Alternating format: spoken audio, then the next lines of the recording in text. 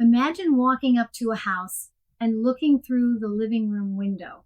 You see a sofa, maybe a TV, some toys scattered on the floor. That's real. That's what's there. Now walk around to the kitchen window. Same house, completely different view, stove, counters, no toys in sight, also real, also incomplete. Your clients are usually looking through just one window. And that's what we're going to explore in this video, how to help them see more. So what exactly is reframing? At its core, it's about helping your clients see the same situation from different angles. We're not changing the facts. What happened still happened, but the lens through which they view it, that can shift dramatically. And here's the important part. Every perspective your client holds is real and valid. It's just not the complete picture. No single window shows you the entire house. ICF frames this beautifully in Marker 7.10. It says we support the client in reframing perspectives. Notice that word support. We're not forcing. We're not directing. We're supporting, creating conditions where they might see something new. And the ICF glossary tells us reframing means helping the client see a situation from a different perspective. Simple definition, profound in practice. Let me paint this picture more fully. When we're looking at problems and situations, we all tend to look at them through a specific filter or a specific frame. It's like walking up to a house and looking through the living room window, and you can see things through the living room window. You can see whatever's there, whether it's a sofa or a television or a dining room table or toys or whatever it is. You can look into the house from that perspective.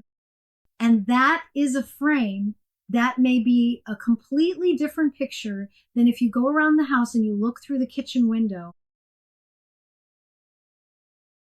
Same house, completely different experience.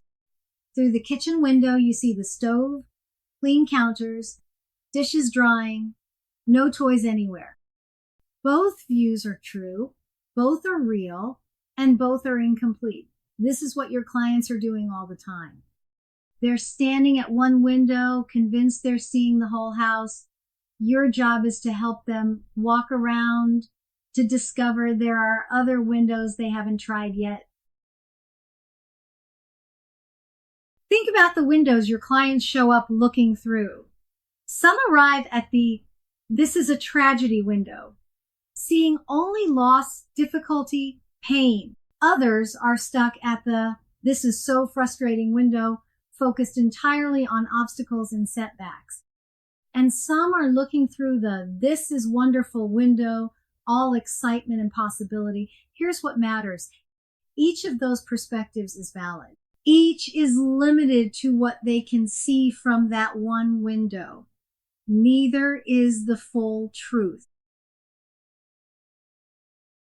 So how do you actually invite someone to another window? You might ask, this is one way to see it. What's another way you might look at this? Or try, if you stepped into your colleague's shoes and looked at this situation, what would they see? Here's one I use often. You've described what feels frustrating here. What might be exciting about this same situation? And sometimes the simplest question works best. What else might be true about this? Each of these opens a door, gently. Let me be really clear about what reframing is not. It's not dismissing their current view. Reframing never tells your client their perspective is wrong or invalid. It's not toxic positivity. We're not forcing an optimistic spin or slapping a silver lining on genuine pain. It's not emotional bypassing. We honor difficult emotions rather than pushing past them prematurely. And it's not manipulation. This is invitation, not persuasion. We expand options. We don't control conclusion. Where do coaches go wrong with reframing? First, dismissing the client's current view to push your preferred perspective.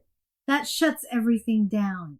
Second, forcing a positive reframe before they've processed the difficult emotions. They need to be heard first.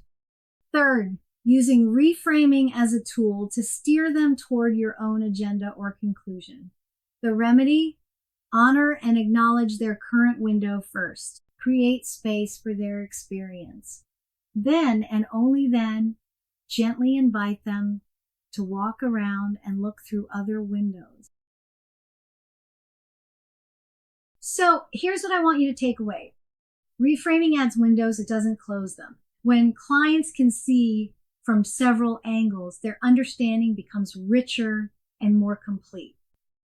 And with expanded perspective comes expanded possibility, new choices, new pathways, new agency. The house metaphor works beautifully for general perspective shifts, but there's a specific application that's especially powerful, stepping into another person's point of view. That's where we're headed next.